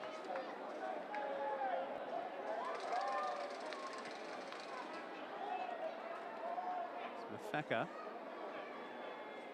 Plenty of space. So RGV has sat back into a defensive shape now. Little run coming through by Richards. Hitting two defenders. Apodaca the play off. Opportunity now for RGV as they chance to break. Here's Salazar. Numbers coming forward. Salazar cutting inside. Salazar, and it's off. I believe off of Kasipli for a corner.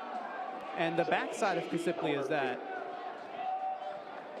One of the problems here was that Arcila, who was making a diagonal run, drew Kasipli into the shooting lane of Salazar, and that's what led to the block. This will be Rio Grande Valley's 7th corner of the evening. That compared to Reno's 3. I'm surprised by that. Short corner again for Junca this time. Heavy touch. somehow gets away with it. He's taken down, but instead they'll call a goal kick. Looks like the ref says that he took a dive.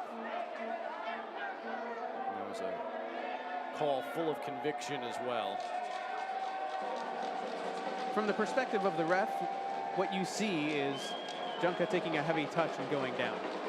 And the natural instinct is, oh, it's going out of play already, he's trying to sell it. Correct, correct. You're undeserving of drawing a call like that after a heavy touch like that. The question is, was there contact? So a sub here for RGV, the first one of the night, will be Carlos Small coming in. And out comes the man, Andres Arcila. What a game from him. What a goal from him early on in this one. The only goal for RGV thus far. Like we said before, a goal of the week candidate for sure. And Small, who scored the lone RGV goal against Las Vegas. Here's a great opportunity now again for RGV. And the first touch goes to Salazar. Played back. Bird tries the shot and it's blocked away. Quick opportunity for Small as he gets right involved in the first attack coming on. Into the box again for RGV. It's knocked out of play and a goal corner kick set to come. Reno having to do some desperate defending now. See this ball played in. Great run by Samuels coming in from the defensive side of things. It absolutely was. And a last-second tackle by Kasipli. Kasipli has had two phenomenal breakups, one a block in there, forcing the corner in the last 3 minutes. And again from Martinez. This one a lot higher than previous balls. Comes for Bird. He'll take another shot. We'll get it off for Samuel. Martinez again. Playing through. Castellanos with the little flick on. Good idea. No one there. He looked at Salazar and said, where were you on that run? And as of right now, it's the difference between Reno and RGV. Yeah. Because Reno knows where their guys are. And RGV, great ideas, but not enough execution. But this is relentless from RGV. I mean, this has been constant pressure for about the last 15 minutes. It speaks a lot about both teams. It speaks a lot about the tenacity of RGV, their willingness to try and get back into the game, not just giving up being down a goal at home. And it speaks to Reno and their defensive pressure and how well they've been able to hold RGV off with this constant onslaught of chances created.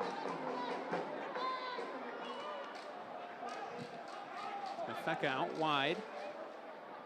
Samuels trying to get past Junka, and Junka wins that one.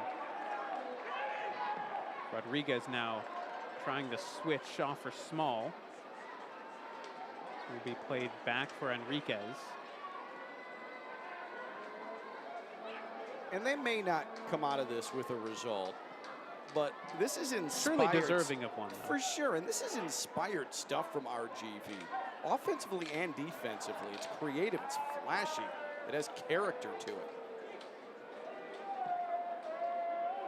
Great ball again. Salazar out wide. Enriquez the shot, just over top. Enriquez was searching and searching and searching, finally found some space on his left foot, but he was off balance. Salazar a bit frustrated. He was standing to the top of the area, but I don't mind that take from Enriquez. I think Small is going to have an opportunity here before all is said and done. This was always going wide and high.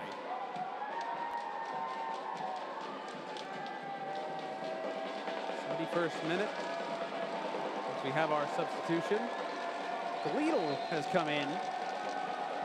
Raul Mendiola's night is done.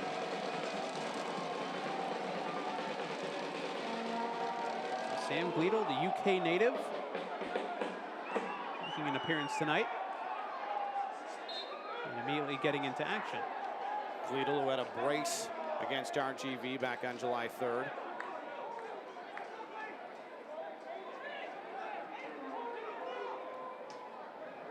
Little went to college over in New Mexico with the Lobos from 14 to 17. Didn't really play much in 2018 when he joined Reno, and he's had some opportunities this year in 2019. Here's Herzog, Gleedle making the run. Herzog not in any rush, so he'll play it back, top of the 18. And it's a tough challenge. Nothing called, though. Play will continue. Apodaca has gone down. I'm not sure if Apodaca took contact or he's... Well, they'll play it out of play, and it looks like we'll have a yellow card, and it will go to Eric Bird. I didn't know at first if Apodaca's cleat got caught in the turf, but there's your proof that there was contact. And Bird definitely not arguing it at all either. Bird has been all over the place in this game. He absolutely has. He's made some plays defensively and offensively, and this play is probably something he'd want to back. Yeah, that was extremely clunky and dangerous. I don't know if he's tired. That was a very lackadaisical challenge that could have really injured Apodaca. Again, the thing with Bird, he's only played in, this is his 6th game of the season, and started 4 of them, now 5. So it's not necessarily he's 90 minutes fit, because he hasn't played a lot of 90-minute games. Right.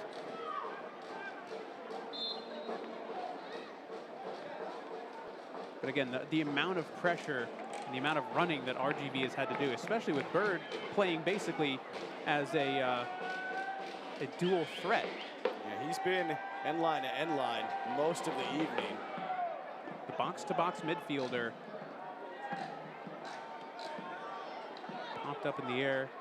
Kyle Adams. He's going to go out of play. RGV will have the throw coming up. We're approaching about 15 minutes left in this one. Grayson Echeverry, he's been working hard. Look at him on the touchline. The dress shirt has completely untucked from the pants. He is in full-fledged, hardcore managerial mode right now. You can always tell with some coaches the amount of untucked their shirt becomes is the amount of sweat and effort they're putting into the game on the sidelines. That is passion. He had a suit coat to start the night, but it is Edinburgh, Texas. The layers just continue coming off as the game goes on. Outdoors in Edinburgh, Texas in August, a suit coat never lasts long.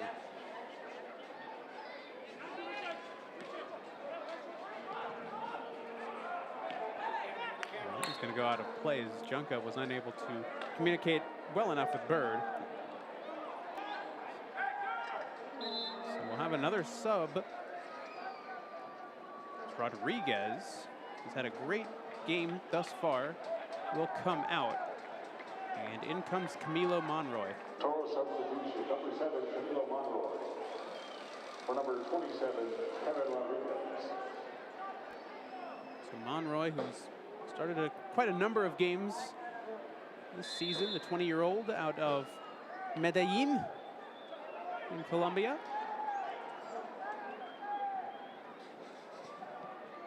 Those Colombian natives. I'm sorry I butchered that name.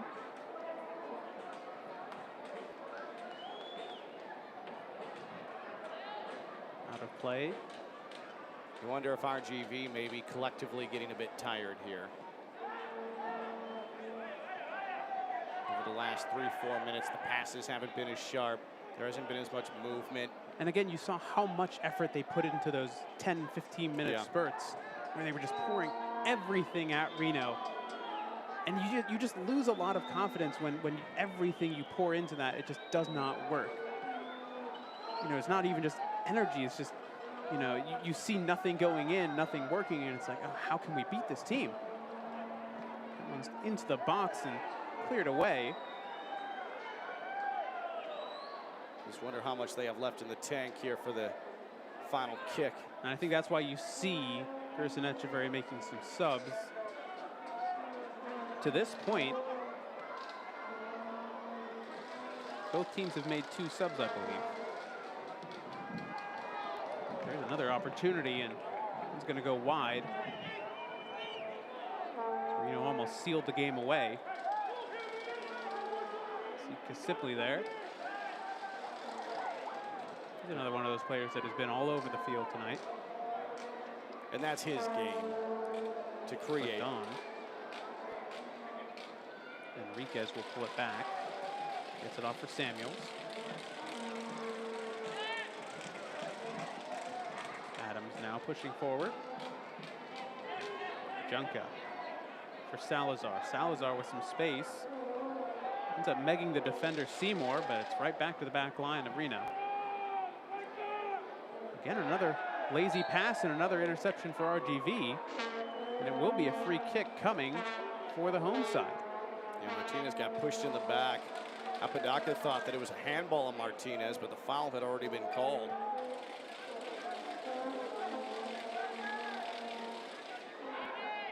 So Isidro Martinez, another set piece opportunity.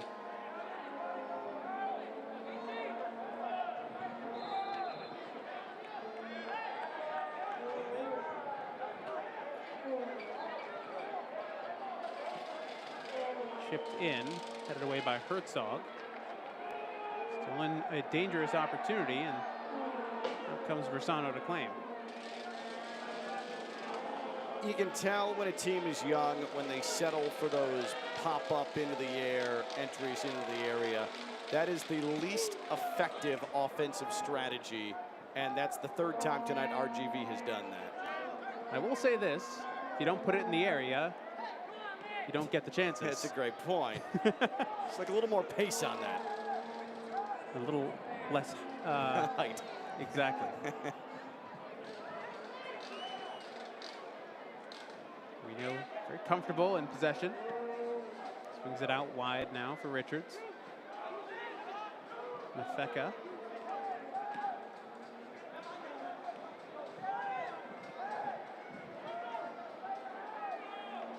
A little interception there by Junka. And it turned right back over again.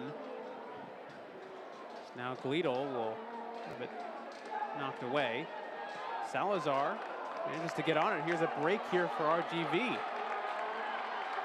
Enriquez waiting for runners to come forward. Here's Small. Puts it into the box. A deflection down. Goalkeeper down. Back up. Back for RGV again.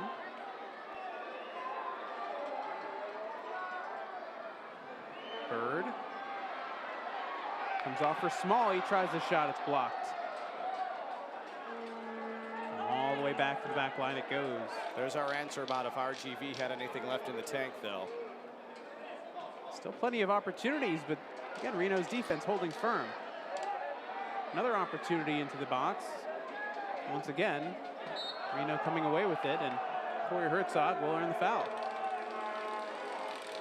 Despite not being on the score sheet tonight, Corey Herzog has done a decent job in what he's been asked to do. He's pulled defenders wide to allow other players to get in, and has drawn a couple fouls similar to this one. Adams a little bit too aggressive in trying to get the ball back. Adams way late there. During that sequence, though, where RGV was threatening, Bersano hit the deck, but that's only after he made contact with Salazar, because Salazar hustled so hard for that ball that he actually beat Bersano for that ball. We've had another substitution. In fact, right now is our substitution, Enriquez. His night is now done after that frenetic counterattack opportunity. And it'll be Nico Lemoyne who will step in.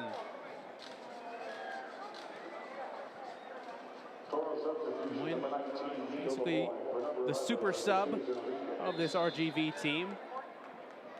In his 15 appearances, this being his 15th, he's only started 3 games. Goal and an assist to his credit as well.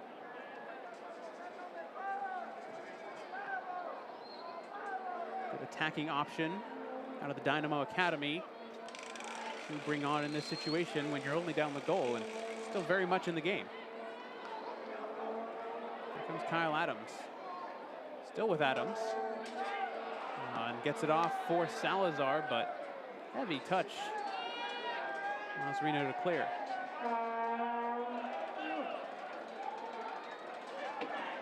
There's Monroy. Flicked on by Salazar and intercepted. Right back for RGV, though. That hit the referee.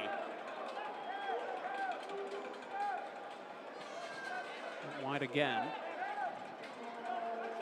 Still plenty of time to find this equalizer for RGV. Right now they've got Reno pinned back into their own defensive half.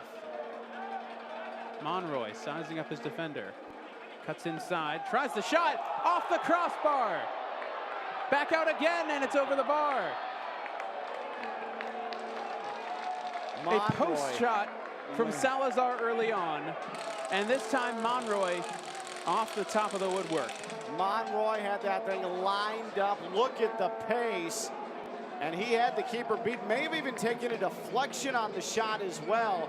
But boy, that thing was knuckling the entire way. The second post RGV is hitting the half. Monroy has definitely created a huge impact for this RGV team since coming on, and has gotten in some good opportunities, that one being the closest. Just the fresh legs and the talent. You see Monroy there.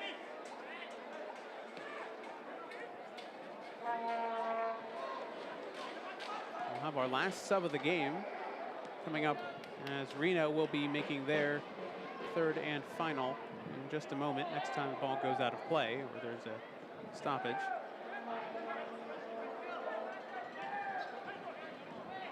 Three from Adams. Comes off for Bird. Bird tries to lay it through for Small. Comes back out again. Monroy, ball into the box. That one's too high. As Lemoyne unable to get to it. That one's going to go out. Quickly thrown back in. Bird with a nice back heel flick. Salazar gets it out wide. Lemoyne into the box. Lemoyne! Shot saved by Bersano again. Have a game, Matt Bersano. He has come up huge for this Reno side tonight. You see now the final sub coming for 1868. It'll be Daniel Musovsky. He'll come in for the goal scorer, Aiden Apodaca. I don't think either of us coming into tonight, Austin, thought that Matt Bersano was going to have as busy a night as he has ended up facing from RGV. As soon as we mentioned that they went through about a 4 or 5 minute lull, they have been right back at it with some incredibly rich opportunities. And it's very interesting with Bersano and Marcinkowski, the two goalkeepers that have played most of the minutes for this Reno team. Both have basically split the same amount of games. I think this game puts Bersano over the top. He'll have 12, and Marcinkowski will have 11. But it's always interesting when you have two goalkeepers like Bersano and Marcinkowski who are up to the task and are basically even in terms of their production. And can successfully communicate with their back line and organize the defense, the back line. Every member respects both keepers. It's incredible how similar the two keepers are. I mean, they've basically allowed the same amount of goals, played the same amount of minutes. So it really makes it tough when both are available to see who will play. Marcinkowski probably has the advantage because he's on loan from San Jose, and they're probably wanting him to get some minutes, especially as a homegrown player. There's 5 minutes left to go. And it's Salazar into the attacking third. Crosses into the box. Come all the way out to the opposite side. And Monroy will take it back. We'll swing things around for Junka. Monroy. Gonna put the moves on his defender. Weedle staying at home. Back for Junka. An excellent defensive shape from Reno as they're not letting an inch by them. It's great man marking. It's staying in front of the ball. Forcing RGV to try a shot from distance. Somehow gets into a good attacking area as Lemoyne will play it out wide.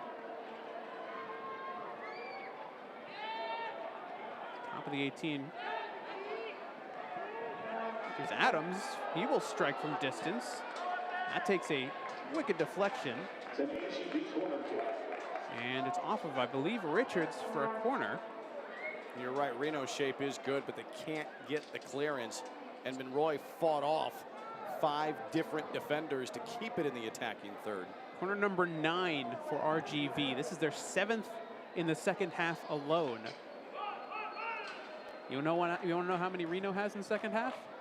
0. Goose egg. Ball into the box. Flicked on. Here's an opportunity for Small. He can't get the shot off. It comes back out wide and is just over the bar.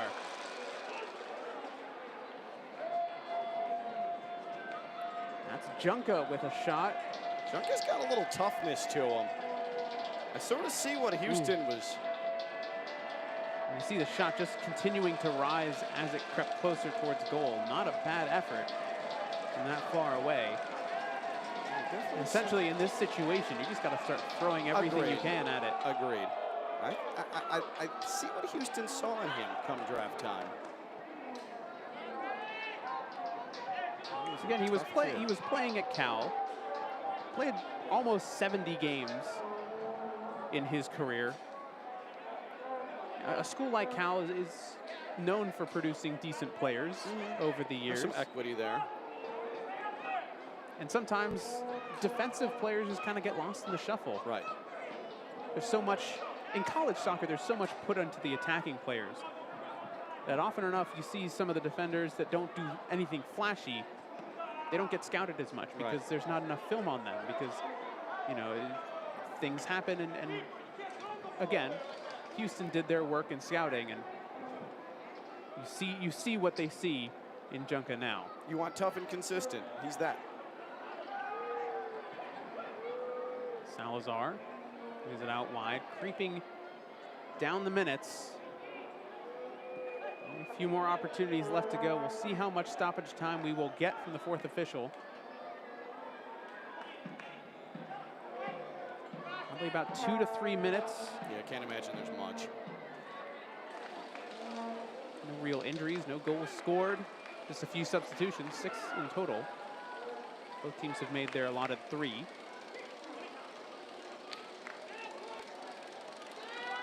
We'll see the 4th official put up 3 minutes here in just a minute. And we'll have to hold out just a couple minutes more. Now they have possession and have an opportunity going forward. Not really too many numbers going forward for Reno as they don't need to push anything forward. Looking to improve their away record. And if they can see this through, they'll go scoreboard watching tonight. Phoenix rising, 3 points ahead of them, top of the table. 16th minute with LA Galaxy 2, Los Dos, and it is scoreless. And there's the 3 minutes. The board official is equal 3 minutes of stoppage time. And for Martinez now as he's able to turn. RGV's got to start making one last push for an equalizer. Let's throw the kitchen sink all at Reno. Here's Monroy. Cuts inside. Salazar unable to get to it, and it's just booted downfield. 40 will come out. A heavy touch by Castellanos. So we'll load up, ball through, Small. Chipped over top and out of play. Right back for Reno again. Well, for RGV, it's looking unfortunate because they have deserved at least a point, maybe 3 in the table tonight. They've been excellent. Here they go again. One more chance, possibly. Monroy off for Salazar. Salazar gets it off for the run of Junka, but he's not able to get there in time. And we've got a whistle. Monroy went down with a knock.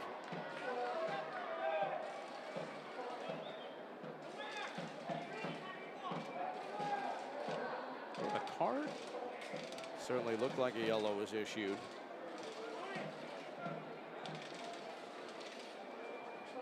We'll have to figure out what this was. Reno 1868 FC, number 8, Will Seymour. So Will Seymour has gone into the books. That's the second yellow tonight for Reno. Apodaca near edge picked one up early in the first half. A minute and change left to go in this one. RGV still trailing 2-1.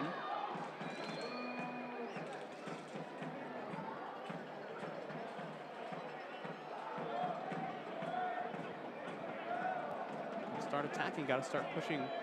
Not much time left. Adams. Down into the corner it goes. And it's going to be a throw coming for RGV in the dying moments of the game. This could be their last opportunity right here, right now. As Monroy will load up the throw into the box.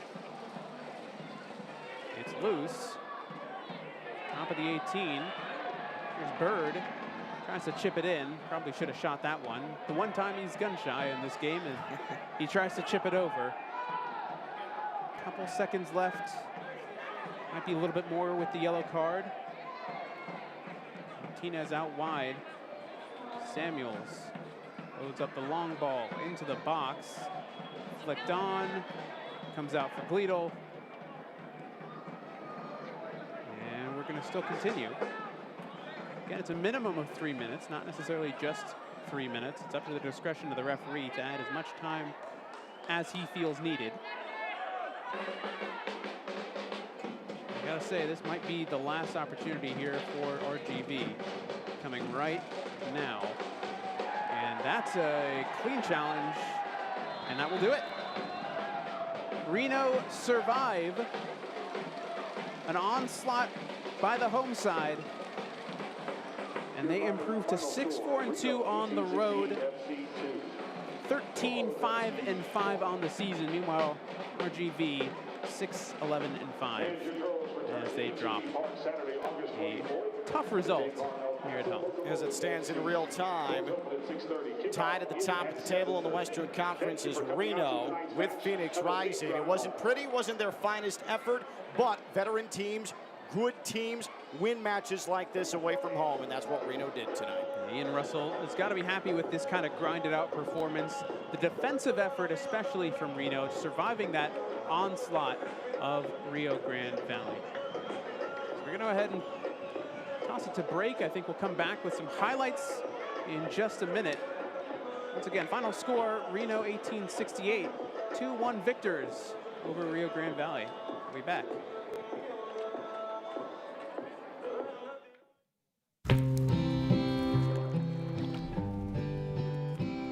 The more we are together with nature, the more we are together, the better we'll be. There's forests and rivers, mountains and valleys. The more we are together, the better we'll be.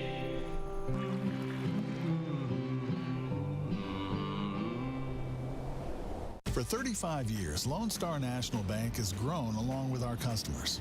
Together, we have helped transform South Texas, raised families, and planted roots to create opportunities that benefit not the few, but the many, to plan and build for a better tomorrow, to imagine what is possible.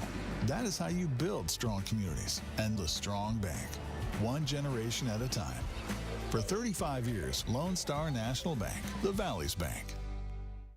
Welcome to your hometown Whataburger. Customization is what we've always done. We have mustard, mayo, ketchup. It's all up to you. When you customize your own burger, you can put your personality in it. Manny's ketchup, no cheese. This is my Whataburger. We customize orders 24 hours a day. Everybody wants it just like they like it. When you can make it your own, that always enhances that experience for you. They're just happy to do whatever makes you happy. However you want it, I got you. Here at Whataburger, we make it just like you like it, whenever you like it. Back here, final score again, 2-1 in favor of Reno and Rio Grande Valley. The Whataburger versus In-N-Out Burger rivalry, as you may call it. take a look at some of the highlights from this game, most of it coming from the first 15 minutes of the first half. Yeah, without question. And so this all got going, this scoring spree off of a corner. And look at the unmarked Thomas Janjigian as he rumbles the middle of the box, beats Kyle Adams and heads it through. There was nothing that Nico Corti could do there. Little did we know, though, just moments later, we would see the goal of the night and maybe the goal of the week. Look at that footwork and the incredible accuracy of the shot from Andres Arcila, the youngster with the goal of the early portion of his professional career, and we were level at 1. It was a very quick start for both teams. This was a changing moment in the game. As Bersano makes the save, then on the complete opposite end, Apodaca finds himself on the run, one-on-one with Corti, and he is able to beat him, putting him up 2-1, and that turns out to be the scoreline. Yep. As we see one more shot, that was Corti's save early in the first half. Reno held on defensively, but boy, did Rio Grande Valley put tremendous pressure offensively in the second half. So many chances, there's nothing going in, and this was probably one of the better ones. Salazar right off the post. Great opportunity, had Bersano beat, and then another one, Monroy planks off the crossbar. Follow up by Bird, unable to find the back of the net. Yeah. And that was it. It was, and again, 7 corners for RGV in the second half, none for Reno. 2 posts, and Reno 1868 holds on. It's a struggle, as we see some of the stats, and you see how many shots RGV peppered Matt Bersano with. Of course, only 4 on target, but definitely some created chances. And it really should have gotten a bit more out of this one. And remember, Reno was up 55-45 in possession at half. RGV blew right through that in the second half. They controlled the tempo. It's the mark of a good team in Reno 1868 as they hold on for the 2-1 victory despite all of the possession. Thank you very much for tuning in. For my broadcast partner, Ken Levicka, I am Austin David. For all the crew in the booth, thank you very much for joining us. Have a good night, and we'll see you next time.